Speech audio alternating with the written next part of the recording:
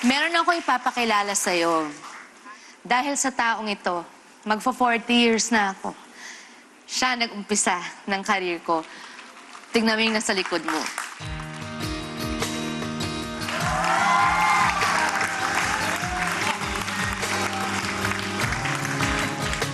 Alam mo, nakakalito talaga puro mga sikat yung kaharap natin.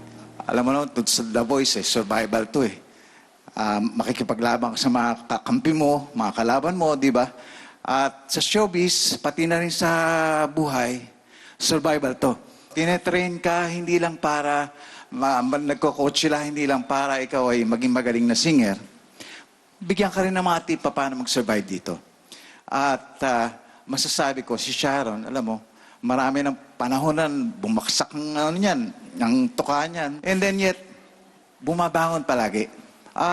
Si Sharon, sabihin ko siya, matagal ko siyang kilala. Ang tanging ko lang sabihin kong kantsaw dyan, tuwing magkakasama kami, palagi kami kumakain, hindi ko maintindihan kung bakit ganon.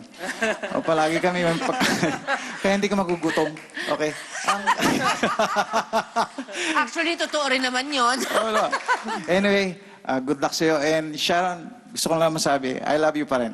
Love you, Love Ray. you. Payakap muna, tatang. Alam mo, yung katabi mo, institusyon, ha?